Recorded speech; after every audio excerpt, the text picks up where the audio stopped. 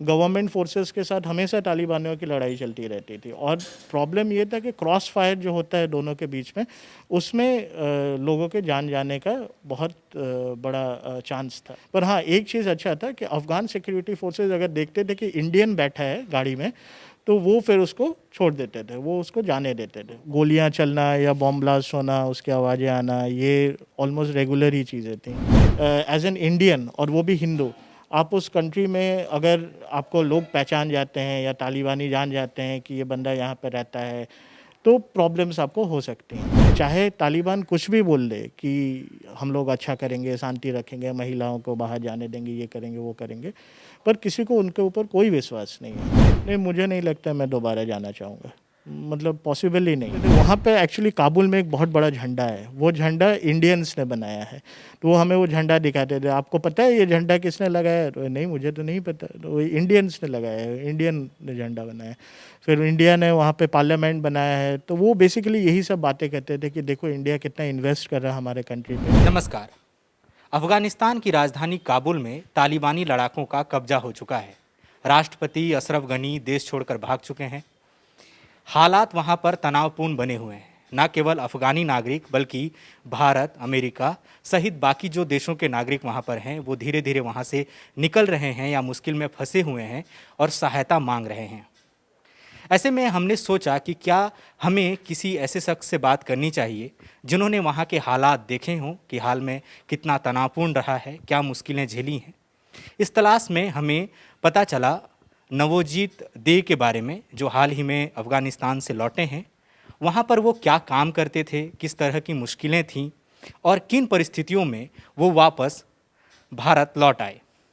वो हमारे साथ अभी मौजूद हैं और हम उनसे ही पूरी कहानी जानेंगे। स्वागत है नवोजीत आपका। नमस्कार। तो पहला सवाल मेरा यही है कि अ, आप कब लौटे? पहला सवाल तो यही है कि आप कब लौटे वहाँ से, अफ़गानिस्तान से, और क्या परिस्थितियाँ थी? मैं जून के आखिर में वापस आ गया था, मतलब मैं रांची आ गया था 30 जून को, तो मैं 29 जून को दिल्ली पहुंचा और 30 जून को मैं रांची पहुंच गया था। आप प्रॉपर रांची के ही रहने वाले? जी, मैं प्रॉपर रांची का हूँ। मैं आपसे ये जानना चाहूँगा कि आप वहाँ पर क्या काम करते थे और कितने टाइम से काम करते थे? हमारे दर्शक समझ पाएँ ऐसी भाषा में आप हमें और समझाएँ कि क्या था पूरा मामला। जी, मैं वहाँ पे कंसल्टिंग फर्म के साथ काम करता था, जो अनुश्रवण और मूल्यांकन का काम करती है। यूएस एम्बेसी के फंड्स का, बाकी जो यूएन बॉडीज़ हैं उनके फंड्स का, बाकी बहुत सारे इंटरनेशनल एनजीओज़ जो काम कर रहे हैं वहाँ पे, उनका काफ़ी पैसा वहाँ पे लगा हुआ है, जो वहाँ पे विकास का काम करती हैं। चाहे बच्चों को जैसे कि बच्चों को टीका लगाना, महिलाओं के स्वास्थ्य के ऊपर, पढ़ाई के ऊपर, साफ़ पानी देना, तो ये सारे काम जो विकास के होते हैं, इसमें काफ़ी सारा पैसा वहाँ पे लगा हुआ है। तो इस पैसे का जो ऑडिट या उसका जो अनुश्रवण या मूल्यांकन, काम कैसा चल रहा है, क्या सही व्यक्ति तक विकास पहुँच रही है या नहीं, या पैसा जो जहाँ जाना चाहिए वहाँ सही से जा रहा है नहीं, ये काम हमारा था कि हम इसे पता लगाएं और हमारे जो क्लाइंट हैं, चाहे वो यूएस एम्बेसी हो या यूएन डिपार्टमेंट्स हो, उसको हम लोग बताएं। ये संस्था का नाम क्या था और ये कहाँ से, मतलब प्रॉपर संस्था कहाँ से बिलोंग करती है? ये काबुल की ही संस्था है, काबुल में ही उसका ऑफिस है, और इस संस्था का नाम है एक्स कंसल्टिंग। तो आप कब से उसके साथ जुड़े, कैसे जुड़े और कैसे आपका अफ़गानिस्तान जाना हुआ, इस बारे में थोड़ा डिटेल में बताइए। 2017-18 में मैं यूके गया था पढ़ाई करने के लिए, चिवनिंग स्कॉलरशिप पे। मैं जब वापस आया, मैं कुछ दिन रांची में था, मैं काफ़ी ऑर्गेनाइजेशंस के साथ कंसल्टिंग कर रहा था। उसके बाद फिर मुझे मौका मिला 2019 में यूएस गवर्नमेंट के फेलोशिप पे यूएस जाने का, तो मैं वहाँ पे करीब 2 महीने था। मैं जब वापस आया तो मेरे एक दोस्त से मेरी बात हुई, वो पहले ही काबुल में काम करना उसने शुरू कर दिया था, और उसने मुझे कहा कि वहाँ पे किसी एक ऐसे व्यक्ति की ज़रूरत है जो ये अनुश्रवण मूल्यांकन का काम कर सके। तो उसी व्यक्ति के थ्रू, उसी दोस्त के थ्रू मैं इस ऑर्गेनाइजेशन को मैंने ज्वाइन किया। 2020 में जनवरी में मैंने ज्वाइन किया था। और मैं पहले, क्योंकि उस टाइम पे कोविड शुरू हो गया था, ऑलमोस्ट शुरू हो गया था, तो मैं वर्क फ्रॉम होम कर रहा था। और अक्टूबर तक मैं वर्क फ्रॉम होम कर रहा था। अक्टूबर में जैसे ही मुझे वीज़ा मिला और कोविड रेस्ट्रिक्शंस हटे और सब कुछ नॉर्मलाइज हुआ, तो मैं अक्टूबर के आखिर में मैं काबुल पहुंच गया काम करने। तो आप काबुल में काम कर रहे थे, तो आप अक्टूबर में काबुल पहुंचे। तो आपका जो काम का एरिया था राजधानी काबुल के अलावा किन किन एरियाज़ में था और किस तरह की मुश्किल फेस की या क्या काम कर रहे थे? हमारा काम सारे 34 प्रोविंसेस में था, सारे 34 प्रोविंसेस में हमारा काम था। और मेरा जो काम था वो काबुल में ही था, क्योंकि इंडियंस को मूवमेंट थोड़ा रेस्ट्रिक्टेड है, इंडियंस का मूवमेंट रेस्ट्रिक्टेड है वहाँ पे, क्योंकि इंडियंस जो हैं वो काफ़ी सॉफ्ट टारगेट हैं। उनको काफ़ी ऐसे वाक़याएँ हुई हैं, काफ़ी ऐसे इंसिडेंट्स हुए हैं जहाँ पे इंडियंस को पकड़ के तालिबानियों ने रैंसम मांगा है, पैसा मांगा है कि उन्हें छोड़ने के एवज में इतना पैसा दिया जाए। सो इंडियंस का मूवमेंट बहुत ही रेस्ट्रिक्टेड है वहाँ पे। तो मेरा जो काम था वो काबुल में ही था। मेरी बहुत बड़ी टीम थी, सारे 34 प्रोविंसेस में काम करने के लिए टीम थी, और मेरा काम था इस टीम को गाइड करना, इस टीम को बताना कि कैसे काम करना है, क्या काम करना है। जो वहाँ से जो डेटा आता था उसको मैं रिपोर्ट में तब्दील करता था, और क्लाइंट से मैं मिलता था कभी कभार जाके, जब भी हो सके। तो ये सारा मेरा काम था। तो मैं काबुल में ही रहता था। तो काबुल के अलावा जहाँ पर आपकी टीम काम करती थी, वो कौन से इलाके थे जहाँ पर तालिबान का भी प्रभाव था? तालिबान का प्रभाव आपका करीब करीब सभी जगह था। कुछ जगह थी जहाँ पे बहुत ज़्यादा उनका प्रेजेंस था, जैसे कि कांदाहार या हेरात, या यहाँ तक कि बल्ख में सामनगन, बदख्शान, ये जितने भी वहाँ पे प्रोविंसेस थे वहाँ पे तालिबान का प्रेजेंस था। और बहुत सारे ऐसे जगह थे जहाँ पे बिना तालिबान के परमिशन के या बिना उन्हें इंफॉर्मेशन दिए काम करना बहुत ही डेंजरस था या रिस्की था। तो हम लोग ऐसे काम करते थे कि हम लोग उनको अप्रोच करते थे, उनको बताते थे कि हमारा जो काम है वो विकास के लिए है। तो कभी कभार वो हमें अलाउ कर देते थे, कभी वो हमें अलाउ नहीं भी करते थे। तो जब वो अलाउ नहीं करते थे तो हमें वहीं के किसी व्यक्ति को जिनका तालिबानियों से थोड़ा अच्छा संपर्क है उनको हमें अपने टीम में लेना पड़ता था, और फिर उनके द्वारा फिर हम लोग काम कर पाते थे। तो चूँकि वहाँ पर लंबे समय से जो है अमेरिका का प्रभाव रहा ही है, और आप जो काम कर रहे थे वहाँ से फंडिंग अमेरिकन से या यूएन के थ्रू फंडिंग आ रही थी, तो जाहिर सी बात है कि ऐसा भी होता होगा कि तालिबानीज़ जो हैं वो थोड़ा सा एनिमीज़ के तौर पर देखते होंगे, क्योंकि उनकी लड़ाई सीधी उनसे चल रही थी। इस हालात में क्या मुश्किल आती थी? जी, इसीलिए मैंने आपको कहा कि हम लोग इन जगह पे जहाँ पे तालिबानियों का काफ़ी प्रेजेंस था, वहाँ पे हम लोग ट्राई करते थे, हम लोग ये कोशिश करते थे कि वहीं के किसी व्यक्ति को हमारे काम के लिए लिया जाए। जिन हो सकता है ये व्यक्ति पहले भी तालिबान से जुड़ा हो सकता है कि तालिबानियों से इनका कोई ताल्लुक़ रहा हो या कोई रिश्ता रहा हो। तो उससे क्या होता था कि हमारा काम थोड़ा इजी हो जाता था। और कभी भी हम लोग ये नहीं बताते थे कि हमारा पैसा कहाँ से आ रहा है, प्रोजेक्ट कितना बड़ा है, कौन हमें पैसा दे रहा है। हम सिर्फ ये बताते थे कि हमारा विकास के लिए ये काम हो रहा है, हमारा काम जो है वो बड़े विकास में जो लगे हुए हैं ऑर्गेनाइजेशंस, उनके लिए हम ये काम कर रहे हैं। तो कभी हम लोग पूरा डिटेल उनको नहीं बताते थे। बहुत बार फिर भी ऐसा हुआ है जहाँ पे जो काम करते थे, एक्चुअली हम लोग का मोबाइल बेस्ड डेटा कलेक्शन था, मोबाइल पे डेटा कलेक्ट करते थे। तो मोबाइल छीन लिया उनसे, मोबाइल तोड़ दिया। अभी 2-3 जून की बात मैं कह रहा हूँ, जून में क्या हुआ था कि हमारे जो 2 डेटा कलेक्टर्स गए थे, न्यूमरेटर्स, उनको तालिबानियों ने पकड़ लिया। 2 दिन तक उनको अपने पास रखा, फिर उनका मोबाइल छीन के तोड़ के फिर उनको भेज दिया। ये मैं इसलिए भी बताना चाहता हूँ कि जो काम हम लोग कर रहे थे वो बहुत ही डिफ़िकल्ट था, क्योंकि लड़ाइयाँ हमेशा चलती रहती थी। ऐसा नहीं है कि लड़ाई अभी शुरू हुई है या अभी 2-3 महीने पहले शुरू हुई, लड़ाइयाँ चलती रहती थी। गवर्नमेंट फोर्सेस के साथ हमेशा तालिबानियों की लड़ाई चलती रहती थी, और प्रॉब्लम ये था कि क्रॉस फायर जो होता है दोनों के बीच में, उसमें लोगों के जान जाने का बहुत बड़ा चांस था। तो उसकी वजह से हम लोग को काफ़ी सतर्क रहना पड़ता था। हम लोग पहले ही इन्फॉर्मेशन ले लेते थे कि कहाँ पे इस तरह की लड़ाई चल रही है, जाना पॉसिबल है या नहीं, जा सकते हैं या नहीं। और एक बार ये इन्फॉर्मेशन हमें मिलता था कि वहाँ पे जाना अब सुगम है, वहाँ पे जा सकते हैं, काम कर सकते हैं, डेटा कलेक्ट कर सकते हैं, तो फिर तभी हम लोग वहाँ पे जाते थे। आपने क्रॉस फायरिंग की बात की कि ये लगातार चल ही रहा था और ये खबरों में आता भी रहता है। कोई ऐसा इंसिडेंट आपके ज़हन में है जब आपको या आपकी टीम को डायरेक्टली ऐसी सिचुएशंस फेस करनी पड़ी जहां आप फंस गए और मुश्किल लगा निकलना, या फिर आपको मदद लेनी पड़ी अफ़गान सुरक्षा बलों की या किसी और सुरक्षा एजेंसी की? ऐसा कोई इंसिडेंट आपको आपके ज़हन में याद है? अ, मैं बहुत कम काबुल में निकलता था, पर फिर भी मैं निकलता था, मतलब महीने में 2-3 बार हो ही जाता था जब मुझे क्लाइंट से मिलने जाना पड़ता था। तो हमारा जो रास्ता था वो एक्चुअली मार्केट से होके निकलता था। फिर वहाँ पे कैसा है कि काबुल जो है वो बटा हुआ है छोटे-छोटे जगहों में। जैसे एक है जो पहाड़ के नीचे है, एक जो पहाड़ क्रॉस करके दूसरे तरफ है, जिसको काटे चार कहते हैं। तो जब हम लोग नीचे से काटे चार की तरफ जाते थे, तो उस रास्ते में एक बार बॉम्ब ब्लास्ट हुआ था। वो क्या करते थे, वो मैग्नेटिक बॉम्ब यूज़ करते हैं, आईईडी। तो वो कार में लगा देते थे और वो कहीं से भी रिमोटली ब्लास्ट होता था। तो हम लोग पहुँचे हैं क्लाइंट के ऑफिस, जो यूएन ऑफिस था, वहाँ पे पहुँचे हैं, और उससे जस्ट कुछ मिनटों के बाद ही बॉम्ब ब्लास्ट हुआ। तो आते वक्त क्या हुआ कि हमें काफ़ी सिक्योरिटी फोर्सेस ने पूछा आप कहाँ से आ रहे हैं, कहाँ जा रहे हैं। सिक्योरिटी फोर्सेस ने हमें फिर रास्ता दिया। पर हाँ, एक चीज़ अच्छा था कि अफ़गान सिक्योरिटी फोर्सेस अगर देखते थे कि इंडियन बैठा है गाड़ी में, तो वो फिर उसको छोड़ देते थे, वो उसको जाने देते थे और उनको ट्रबल नहीं करते थे, क्योंकि इंडियंस के लिए उनका काफ़ी रिस्पेक्ट रहता था अफ़गान फोर्सेस का। अच्छा, आपने बताया कि पहले भी आपने बताया कि इंडियंस को लेके थोड़ा-सा तालिबानियों में ज़्यादा एनिमीज़ का भाव था और टारगेट में रहते थे।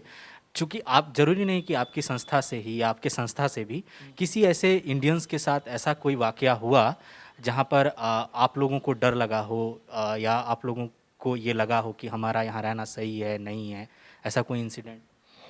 देखिए, ऐसे इंसिडेंट्स तो हमेशा ही होते थे, मतलब गोलियां चलना या बॉम्ब ब्लास्ट होना, उसकी आवाज़ें आना, ये ऑलमोस्ट रेगुलर ही चीज़ें थी। और बहुत बार ऐसा हुआ था कि जब हमें लगता था कि यहाँ पे रहना सेफ़ नहीं है, पर फिर भी हमारे ऑफिस ने हर तरह की सेफ्टी के लिए हमारा वो अरेंजमेंट किया हुआ था। तो ब्लास्ट प्रूफ डोर्स थे, सिक्योरिटी गार्ड्स थे, जिनके थ्रू फिर जाके किसी को हमारे तक पहुँचना था। तो वो उस हिसाब से हमारा ऑफिस जो था वो काफ़ी सिक्योर्ड था, पहला चीज़। और दूसरा चीज़, हम लोग बहुत कम निकलते थे, मतलब अगर मैं वहाँ पे 4 महीने था, तो 4 महीने में हो सकता है मैं सिर्फ 5 या 6 बार निकलता था। और वो भी कभी किसी को बताता नहीं था कि मैं कब निकल रहा हूँ और कहाँ जा रहा हूँ। वो आखिरी मोमेंट पे ही मैं ड्राइवर को बताता था, जो ऑफिस का ड्राइवर रहता था। तो उस हिसाब से। और हाँ, एक बार एक रात को इंसिडेंट ये हुआ था कि वहाँ के जो एनडीएस है, उनको लगा था कि हमारे ऑफिस में कुछ लोग ठहरे हुए हैं, वो तालिबानी हैं। तो वो फिर रात को अचानक पहुँच गए थे और फिर उन्होंने पूरा ऑफिस चेक किया, सारा कुछ चेक किया, पर उन्हें कुछ मिला नहीं, वो सब कुछ ठीक था। पर हाँ, वो हमेशा रहता था कि कब क्या हो जाए, वो डर हमेशा रहता था। आप अक्टूबर 2020 से हैं और काम कर ही रहे थे। घटनाक्रम तेज़ी से बदल रहा था। जब वो अमेरिका और तालिबान के बीच समझौता हो गया, तो कब हाल फिलहाल में कब फाइनली आप लोगों को लगा कि अब जो काबुल है वो रहने लायक नहीं रहा और हमें निकल जाना चाहिए? क्या बदल रहा था वहाँ पे? क्या आप लोग क्या महसूस कर रहे थे? मीडिया से खबरें आ रही होंगी, सामने से देख रहे होंगे, क्या लग रहा था? देखिए, जैसे ही आपके यूएस फोर्सेस वहाँ से निकलना स्टार्ट हुआ, ये इन्फॉर्मेशन आया कि यूएस फोर्सेस निकलने लगे हैं, तो आपके जो रूरल एरियाज़ थे या जो प्रोविंसेस थे जहाँ पे ऑलरेडी तालिबान पहले से था, वहाँ पे वायलेंस ज़्यादा बढ़ गया, वहाँ पे काम करना भी मुश्किल हो गया, रोड्स ब्लॉक हो गए, रोड्स जो पुलियाँ थी उनको तोड़ा जाने लगा। तो हमारे जो काम था वो बहुत ही मुश्किल होने लगा धीरे धीरे। जून तक ऐसा हाल हो गया था कि काफ़ी ऐसे जगह थे जहाँ से हमारे पास कंप्लेंट्स आने लगे कि यहाँ काम करना मुश्किल हो जा रहा है, क्योंकि यहाँ पे लड़ाइयाँ तेज़ हो गई हैं। उस टाइम पे हम लोगों ने रियलाइज़ किया, एटलीस्ट मैंने रियलाइज़ किया, क्योंकि उस टाइम पे ऑफिस में सिर्फ मैं ही इंडियन था। मेरा जो मित्र था वो फरवरी में उस ऑर्गेनाइजेशन को छोड़ चुका था। तो मैंने ये रियलाइज़ किया कि अब यहाँ से निकल जाने में ही बेहतर है, क्योंकि एज एन इंडियन, और वो भी हिंदू, आप उस कंट्री में अगर आपको लोग पहचान जाते हैं या तालिबानी जान जाते हैं कि ये बंदा यहाँ पे रहता है, तो प्रॉब्लम्स आपको हो सकती हैं। तो जून के एंड में मैंने ये डिसाइड किया कि मैं यहाँ पे आके भी वो काम कर सकता हूँ जो मैं वहाँ से कर रहा हूँ, क्योंकि तब तक टीम काफ़ी ज़्यादा ट्रेंड हो चुका था। तो फिर मैंने डिसाइड किया कि मैं जून के एंड में वापस आ जाऊँ। तो वापस आने का जब फैसला आपने किया, उसमें किस तरह की मुश्किलें थीं? क्योंकि हम लोग जब अब पढ़ रहे हैं कि इवैक्यूएट करना मुश्किल हो रहा है।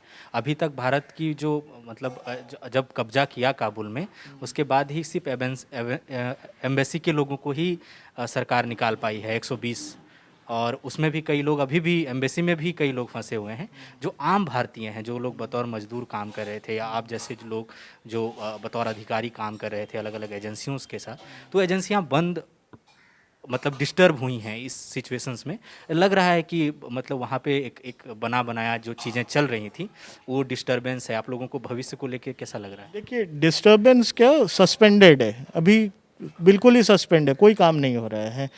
और आगे होगा भी नहीं, इसका भी कोई मतलब गारंटी नहीं है। मतलब भविष्य में क्या होगा कोई नहीं जानता है। मेरी रोज़ बात होती है अपने दोस्तों से जो अफ़गानिस्तान में है, चाहे वो काबुल में हो या दूसरे प्रांतों में हो, उनको कुछ नहीं पता है कि कल क्या होगा। चाहे तालिबान कुछ भी बोल दे कि हम लोग अच्छा करेंगे, शांति रखेंगे, महिलाओं को बाहर जाने देंगे, ये करेंगे, वो करेंगे, पर किसी को उनके ऊपर कोई विश्वास नहीं है, क्योंकि वो पहले देख चुके हैं कि तालिबान क्या कर सकता है।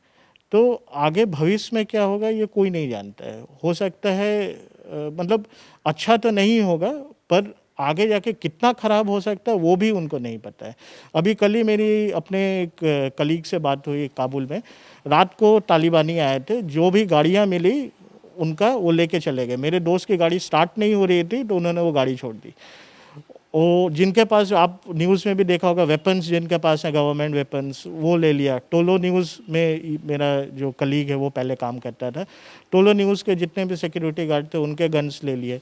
तो अब आगे क्या होगा वो किसी को नहीं पता, वो बिल्कुल अनिश्चित है। इन कुछ महीनों में, अक्टूबर से लेके जून तक, अक्टूबर 2020 से जून 2021 तक में, कभी ऐसा था कि जब आपने फैमिली मेंबर्स को किसी को लेकर आप वहाँ गए, कभी ऐसा हुआ? नहीं नहीं, इट्स नॉट ए, वो फैमिली पोस्टिंग नहीं है, काबुल फैमिली पोस्टिंग नहीं है। वहाँ पे कोई भी जाता है वो ज़्यादातर अकेले ही जाता है। जो फैमिली लेके जा रहा है वो बहुत रिस्क में जा रहा है। किस तरह की रिस्क, क्यों लगता है आपको ऐसा कि ऐसा? देखिए, पहला चीज़ तो मूवमेंट ही पॉसिबल नहीं है। अगर कोई मूवमेंट कर रहा है तो कहाँ बॉम्ब ब्लास्ट हो जाए, कहाँ गोलियां चल जाएं, इसका कोई गारंटी नहीं है। जैसे कि हम लोग जब वहाँ पे थे, काम कर रहे थे, तो दस्ते बच्ची बोल के एक जगह है, आप लोगों ने न्यूज़ में देखा होगा। वहाँ पे गर्ल्स के स्कूल के सामने, लड़कियों के स्कूल के सामने बॉम्ब ब्लास्ट हुआ था, जिसमें करीब 30-40 लड़कियाँ मारी गई थी, काफ़ी वुंडेड भी हुए थे, इंजर्ड हुए थे। तो वहाँ पे, और हम लोग हर दिन सुनते थे कि किसी कार के पास किसी कार के ऊपर आईईडी ब्लास्ट हुआ है। तो कल के दिन में क्या हो जाए ये बोलना बड़ा मुश्किल है। और फैमिली को लेके जाना, आप अपने आप तो बंदी हैं या फैमिली को भी बंदी बना दे रहे हैं, क्योंकि आप 4 दीवारों से कभी बाहर जा ही नहीं सकते। तो फैमिली पोस्टिंग तो नहीं है वो। कोई अगर फैमिली लेके जा रहा है तो आई थिंक वो काफ़ी रिस्क ले रहा है। बतौर इंडियन, आपने कहा कि इंडियंस के लिए मुश्किल है, ये हम पढ़ भी रहे हैं। बतौर इंडियन आपको पर्सनली कब ऐसा लगा कि मतलब मेरा यहाँ रहना कितना सुरक्षित या असुरक्षित है? आपके साथ कुछ ऐसा इंसिडेंट हुआ हो निजी तौर पर, वो आप अगर साझा करना चाहें? जैसे कि मैंने बोला, मैं बहुत कम बाहर निकलता था, पर देखिए वहाँ के जो लोग हैं, नॉर्मल लोग जो हैं, जो वहाँ पे काम करते हैं, जिनकी दुकानें हैं, जो भी, वो इंडियंस को काफ़ी लाइक करते हैं। अभी भी उन्हें याद है कि वहाँ पे खुदा गवाह की शूटिंग हुई थी, अभी भी अमिताभ बच्चन को याद करते हैं। अभी भी वहाँ पे इंडियन गाने ही चलते हैं। अगर आप रेडियो ऑन करें तो हो सकता है 50 गानों में से 40 गाने इंडियन ही चले। तो उस हिसाब से कभी उस तरह का खतरा कभी फील नहीं हुआ। पर हाँ, वो हमेशा आपके दिमाग में चलता रहता है कि कब क्या हो जाए। आप रास्ते पे निकले हैं तो हर जगह आपको आर्म्ड गार्ड्स दिखेंगे, ये पता है। और वहाँ पे आर्म्स बहुत इजी है मिलना, हर ऑलमोस्ट हर किसी के पास ही आर्म्स रहता है। तो कब क्या हो जाए वो खतरा तो हमेशा ही रहता है। बट पर्सनली मतलब मेरे साथ ऐसा कोई वाक़या नहीं हुआ जहाँ मेरी मतलब जान को खतरा हो आया, या फिर मुझे कोई प्रॉब्लम हुआ। पर वो खतरा हमेशा आपका, वो डर हमेशा रहता था, वो डर हमेशा रहता था। अभी तो वापस आ गए हैं, कंपनी आपकी सस्पेंडेड है। भविष्य को किस तरह देख रहे हैं? क्या अगर सिचुएशंस नॉर्मल होती हैं या स्थिति सुधार होता है, क्या बदलता है? अभी आपने दोबारा सोचा है वहाँ पे दोबारा जाएंगे कभी काम करने? नहीं, मुझे नहीं लगता मैं दोबारा जाना चाहूँगा। मतलब पॉसिबल ही नहीं है, क्योंकि एक तो देखिए, पहला चीज़, तालिबान रूल कब तक रहेगा ये कोई नहीं जानता। हो सकता है 5 साल रहे, 10 साल रहे, 20 साल रहे, और जितने दिन वो रहेंगे उतने दिन वो खतरा रहेगा। और वहाँ पे जाके कोई फ़ायदा भी नहीं है, क्योंकि काम वैसे भी बंद है। हो सकता है करीब-करीब सारा जो काम चल रहा था वहाँ पे वो बंद ही हो जाए, तो वहाँ पे जाने का कोई सेंस नहीं है। नवजीत, हम आपसे ये भी जानना चाहेंगे कि जब आप अक्टूबर 2020 में काबुल पहुँचे और जब आप वहाँ से निकल रहे थे जून में, दोनों काबुल में क्या फ़र्क था? क्या शहर में अंतर आ गया?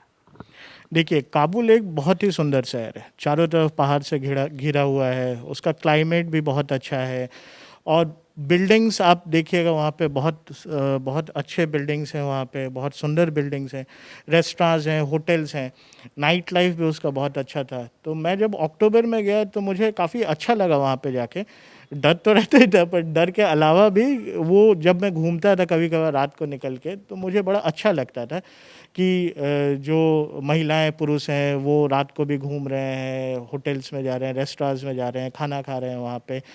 गाड़ियों की कतारें लगी रहती थी, कभी तो ऐसा भी होता था कि इतनी गाड़ियाँ लगी रहती थी फ्राइडे को ज़्यादातर, क्योंकि वो छुट्टी होती है फ्राइडे सैटरडे, कि चलना मुश्किल हो जाता था। मतलब हर जगह कबाबें बन रही हैं, लोग खा रहे हैं, कबाब खा रहे हैं, आइसक्रीम खा रहे हैं, जूस पी रहे हैं। तो वो जो लाइफ था वो बहुत ही मुझे अच्छा लगा। जब मैं वापस आ रहा था तो लोगों में वो थोड़ा डर आने लगा था, जो दुकानें थीं वो थोड़ा जल्दी बंद हो जाती थी, लोग उतना बाहर नहीं निकल रहे थे। पर फिर भी जून तक भी कंडीशन बहुत ख़राब नहीं हुआ था। पर अभी जहाँ तक मैं मेरी बात होती है अपने दोस्तों से, वो कह रहे थे कि दुकानें अब खुल नहीं रही हैं, जो वहाँ पे ब्यूटी पार्लर्स बहुत थे। आप अगर जानते नहीं हो, आपको हर गली में आपको 2-3 ब्यूटी पार्लर्स दिखेंगे, बड़े-बड़े होर्डिंग्स। यहाँ तक कि वहाँ पे जो वेडिंग हॉल्स हैं आप देखेंगे तो हैरान हो जाएँगे, उतने अच्छे वेडिंग हॉल्स आपको इंडिया में देखने को नहीं मिलेंगे। तो ये सारी जो चीज़ें हैं वो शायद अभी बंद हो जाएँगी। बंद तो हो ही गई हैं, पर आगे क्या होगा आई थिंक वो शायद चल नहीं पाएँगी। आप इतने महीनों तक रहे तो ज़रूर है कि वहाँ पे अफ़गानी दोस्त भी बने होंगे, पड़ोसी बने होंगे। वो लोग मतलब किस तरह से अपनी देश को और इंडिया को लेके क्या बातचीत होती थी, क्या बोलते थे वो लोग? अ, वो हमेशा ये बात बोलते थे, वहाँ पे एक्चुअली काबुल में एक बहुत बड़ा झंडा है, वो झंडा इंडियंस ने बनाया है। तो वो हमें वो झंडा दिखाते थे, आपको पता है ये झंडा किसने लगाया है? तो नहीं, मुझे तो नहीं पता। तो वो इंडियंस ने लगाया है, इंडियन ने झंडा बनाया है। फिर इंडिया ने वहाँ पे पार्लियामेंट बनाया है, तो वो बेसिकली यही सब बातें करते थे कि देखो इंडिया कितना इन्वेस्ट कर रहा है हमारे कंट्री पे, और हम चाहते हैं कि हमेशा हम और जो अफ़गान हैं और इंडियंस हैं हमेशा पास रहें, क्योंकि तभी जाके वहाँ उस जगह का बैलेंस बना रहेगा। क्योंकि अगर ऐसा कल के दिन में हो जाता है कि अफ़गानिस्तान में ऐसे फोर्सेस काबिज हो जाते हैं जो पाकिस्तान को सपोर्ट करते हैं, तो इंडिया का सिक्योरिटी बहुत ही वीक पड़ जाएगा। क्योंकि अफ़गानिस्तान का इंडिया के साथ अलाई करना बहुत इम्पोर्टेंट है पाकिस्तान को बैलेंस आउट करने के लिए। तो वो हमेशा ये बात करते थे कि देखिए हमारे कंट्री में जो भी प्रॉब्लम्स हो रही हैं वो पाकिस्तान के कारण हो रही हैं, जो तालिबान है वहाँ पे वो पाकिस्तान वहाँ पे सपोर्ट कर रहा है, और हम नहीं चाहते हैं कि ऐसा हो, हम हमेशा चाहते हैं कि इंडियंस के हम लोग साथ रहें। तो ये सारी बातें होती रहती थी। तो एज़ ए इंडियन जब भी वो मेरे को देखते थे तो उन्हें बड़ा अच्छा लगता था, वो हमेशा बातें करते थे कि किस तरह से इंडिया अफ़गानिस्तान का दोस्त है और हमेशा रहेगा। आप इतने महीने रहे तो कई बार वहाँ पर जो फेस्टिवल्स हैं, इंडियन फेस्टिवल, वो आपको वहाँ पे रहना हुआ होगा। कई मुस्लिम फेस्टिवल्स वहाँ मनाते हैं, तो कितना सहयोग उनका मिलता था, क्या माहौल होता था, वो लोग साथ देने आते थे और उस बारे में क्या सोचते थे वो लोग? इंडियन फेस्टिवल्स तो मैं वहाँ पे ज़्यादा सेलिब्रेट कर नहीं पाया, क्योंकि ऑफ कोर्स इंडियंस चाहिए होते हैं इंडियन फेस्टिवल सेलिब्रेट करने के लिए। पर मैं ईद के टाइम पे वहाँ पे था। पहली बार ऐसा हुआ कि मैंने एक दिन उनके लिए रोज़ा रखा कि चलिए मैं रोज़ा रखता हूँ आपके लिए, और पहली बार ऐसा हुआ कि मैं सहरी और इफ्तार में शामिल हुआ उनके साथ। तो वो बड़ा खुश हुए कि अरे आप इंडियन हुए हैं और आप इतना ज़्यादा हमारे लिए केयर करते हैं। यहाँ तक कि वो क्या होता है ईद में, आपको पता है कि वो सुबह खाना खाते हैं और शाम को खाना खाते हैं। सिर्फ मैं ही था जिसके लिए खाना बनाया जाता था, पर मैं ये ध्यान रखता था कि वो खाना मैं हमेशा अपने रूम में खाऊं, बाकी लोग ना देखें कि मैं खाना खा रहा हूँ। यहाँ तक कि मैं पानी भी पीता था तो मैं उनके सामने नहीं पीता था। तो ये सारी चीज़ें मैं उनके लिए मैं करता था, और उन्हें बहुत अच्छा लगता था कि मैं उतना केयर कर रहा हूँ उनके लिए, कि ईद के टाइम पे मैं जो भी कुछ कर रहा हूँ वो उनसे हटा के, नज़रों से हटा के कर रहा हूँ। तो उनको बड़ा वो अच्छा लगता था। जब वो लोग आपसे हिंदुस्तान के बारे में जानते होंगे, यहाँ के कंडीशंस, यहाँ के विकास के बारे में या यहाँ के सिचुएशंस के बारे में जानते होंगे, और जब वो अपना सिचुएशंस देखते होंगे, तो उनका पॉइंट ऑफ व्यू क्या होता था? आप लोगों की जब बातचीत होती होगी चाय पे, कॉफ़ी पे, उनका पॉइंट ऑफ व्यू क्या होता था अपने देश को लेके, इंडिया को लेके? देखिए अपना देश हर किसी को प्यारा होता है। तो पर हाँ, वो हमेशा ये कहते थे कि अगर अपॉर्चुनिटी मिले तो वो ऑफ कोर्स इंडिया जाके पढ़ाई करना चाहेंगे या ऑफ कोर्स इंडिया घूमना चाहेंगे। पर कभी भी उन्होंने ये नहीं कहा कि मैं अपने देश को छोड़ के इंडिया में जाके बस जाऊंगा। वो शायद वो अभी होगा क्योंकि उनके पास और कोई ऑप्शन नहीं है। पर वो हमेशा ये कहते थे कि हम लोग ये चाहेंगे कि आप लोग इंडिया से यहाँ पे आएँ, घूमें। एक्चुअली सिर्फ काबुल नहीं, अफ़गानिस्तान भी बहुत सुंदर है। अगर आप पंजीर जाएँ या फिर अगर आप बामियान जाएँ जहाँ पे बुद्धा के स्टैचूज़ थे, या फिर आप बाल्ख जाएँ जहाँ पे मज़ार शरीफ है। तो ये सारे जो जगह हैं और भी जगह हैं जो बहुत ही खूबसूरत हैं। तो वो चाहते थे कि इंडियंस जो हैं वो यहाँ पे ट्रैवल करें। मुझे हमेशा कहते थे कि चलिए आपको घुमा के लाते हैं, आपको हम जलालाबाद घुमा के लाते हैं। एक बार मैं गया भी था, वहाँ पे एक जगह है करगा लेक है। तो करगा लेक में घूमने गया था जो बहुत ही सुंदर जगह है, और बस में वहीं तक जा पाया था क्योंकि उसका आगे फिर ट्रैवल करना सेफ़ नहीं है। तो उस तरह से वो लोग हमेशा हमें बोलते थे कि हम लोग चाहते हैं कि आप लोग यहाँ पे आएँ, घूमें, देखें हमारे देश को कि कितना सुंदर है, यहाँ का खाना खाएँ। तो ये सारी बातें हमारी होती थी। वहाँ पे काइलून मतलब हुक्का को काइलून कहते हैं। काइलून काफ़ी फ़ेमस था। तो कभी-कभार मुझे बोलते थे कि चलिए आप काइलून लीजिए, हमारे साथ बैठिए। वहाँ का खाना हमें खिलाया, काबुली वहाँ पे काफ़ी फ़ेमस है। फिर कबाब्स फ़ेमस हैं, ये सारी चीज़ें हमको खिलाते थे बड़े प्यार से। ड्राई फ्रूट्स बहुत अच्छे वहाँ पे मिलते हैं, काफ़ी ड्राई फ्रूट्स मैं इंडिया ले भी आया था जब मैं आया था यहाँ पे। तो ये सारी चीज़ों पे हमेशा बात होती थी, खाने पे, घूमने पे, पढ़ाई-लिखाई पे, ये सारी चीज़ों पे बात होती थी। और जब सिचुएशंस बिगड़ी तो उनकी तरफ से भी आपको कुछ सलाह दी गई, कहा गया? वो हमेशा हमें बोलते रहते थे कि देख लीजिए आपको कब जाना है, यहाँ पे ज़्यादा दिन मत रुकिए। अगर आपको लगता है कि कंडीशंस बिगड़ रही हैं तो आप यहाँ से निकल जाइए। तो वो हमेशा वो सपोर्ट करते थे, हमें बताते थे, सजेस्ट करते थे कि कब हमें वहाँ से निकल जाना चाहिए। तो मेरा जो डिसीजन था सिर्फ इसलिए नहीं था क्योंकि मेरे इंडियन फ्रेंड्स ने मुझे कहा था। इनफैक्ट मेरे जो अफ़गान फ्रेंड्स थे वो भी हमें कह रहे थे कि आई थिंक ये सही समय है कि अब आप यहाँ से पैक आउट करके निकल जाइए, काम तो चलता रहेगा, काम तो कहीं से भी चलेगा। आई थिंक उस हिसाब से बहुत अच्छा वहाँ पे रिलेशन था मेरा उनके साथ, अभी भी है। मैं हर दिन करीब-करीब उनके साथ बातें करता हूँ। और फैमिली, आपकी फैमिली का क्या पॉइंट ऑफ व्यू था इस पूरे चीज़ में? मेरी फैमिली का पॉइंट ऑफ व्यू था कि उस टाइम पे तो वैसा कोई दिक्कत नहीं था जब मैं यहाँ से गया था, पर मेरी फैमिली हमेशा सपोर्टिव रही है। मैं इससे पहले भी मैं काफ़ी कंट्रीज़ में घूमा हूँ, काफ़ी लंबे समय तक मैं फैमिली से दूर रहा हूँ। तो फैमिली ने हमेशा सपोर्ट किया है क्योंकि फैमिली चाहती थी कि मैं हमेशा आगे बढ़ूँ, कुछ नया करूँ। तो उस हिसाब से मैं थैंकफुल हूँ अपने फैमिली को कि उन्होंने हमेशा मुझे सपोर्ट किया है। जब वहाँ पे सिचुएशंस बिगड़ी हैं तो मतलब तालिबान के आने को लेके मतलब अस्थिरता की बात तो हो ही रही है। विमेंस की क्या कंडीशन है? विमेन फ्रेंड जो होंगी आपकी, ऑफ कोर्स होंगी कंपनी में, तो उन लोगों का पॉइंट ऑफ व्यू क्या था? वो लोग कैसे सोच रही थी पहले और अब में? क्या अंतर उन लोगों में देखा?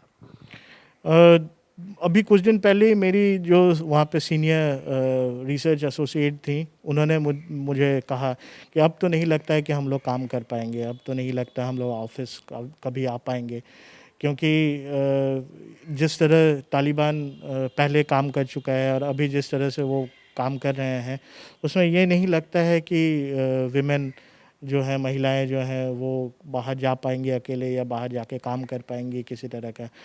तो ये बातें तो हैं ही बिल्कुल। इसके अलावा भी काफ़ी मेरे कलीग्स हैं, विमेन कलीग्स हैं जो अब वहाँ पे रहना नहीं चाहती हैं। तो मेरे पास 2-3 दिन पहले ही कॉल आया था मेरे कुछ विमेन कलीग्स का, जिन्होंने इंडिया के वीज़ा के लिए अप्लाई किया है। तो वो चाहते हैं कि वो इंडिया आ जाए और यहाँ पे अगर कोई काम हो तो वो देखें। क्योंकि ये जो विमेन है, ये जो महिलाएँ, ये काफ़ी पढ़ी लिखी हैं, क्वालिफ़ाइड है काफ़ी, पर मुझे नहीं लगता है कि अब वो वहाँ पे काम कर पाएँगी, और उन्हें भी ये लगता है कि अब वो वहाँ पे काम नहीं कर पाएँगी। थैंक यू आप समय देने के लिए और उस पूरी बातचीत के लिए। आपने बहुत सारी बातें बताई। धन्यवाद, थैंक यू। तो ये थे नवोजित दे जो जून के आखिरी में अफ़गानिस्तान से लौटे हैं। अक्टूबर 2020 से ही वहाँ पर एक फर्म के साथ मिलकर काम कर रहे थे जो वहाँ पर विकास के काम देखती है। लेकिन जैसे जैसे तालिबान का प्रभाव बढ़ता गया और जब फाइनली अमेरिका ने ये घोषणा कर दी कि वो अपने सैनिकों को मिड जुलाई तक वापस बुला लेगा, तो वहाँ पर तालिबान का प्रभाव और ज़्यादा बढ़ने लगा और ख़तरा महसूस होने लगा। ऐसे में नवोजित ने बताया कि उनके साथियों ने ये सलाह दी, जो ख़ासकर उनके अफ़गानी या दूसरे और देशों के दोस्त हैं, कि आपको निकल जाना चाहिए। इनका ये भी कहना है कि जिस तरह से तालिबान का प्रभाव बढ़ा है, लगता नहीं है कि वहाँ पर स्थिति आगे सामान्य होगी। ऐसे में ये फ़िलहाल तो दोबारा अफ़गानिस्तान में काम करने या वहाँ जाने का विचार कर रहे हों। आपके पास भी ऐसा कुछ अनुभव है या आप और इससे संबंधित कोई जानकारी चाहते हैं तो हमें कमेंट करके ज़रूर बताइएगा। फिलहाल वक्त है इजाज़त लेने का। सहयोगी ऋषभ गौतम के साथ मैं Suraj Thakur, the follow up, Ranchi. Vivekanand Vidya Mandir school एक CBSE affiliated English medium coed school है। हम शिक्षा के साथ संस्कार देते हैं। thefollowup.in. Like, share, and subscribe. www.thefollowup.in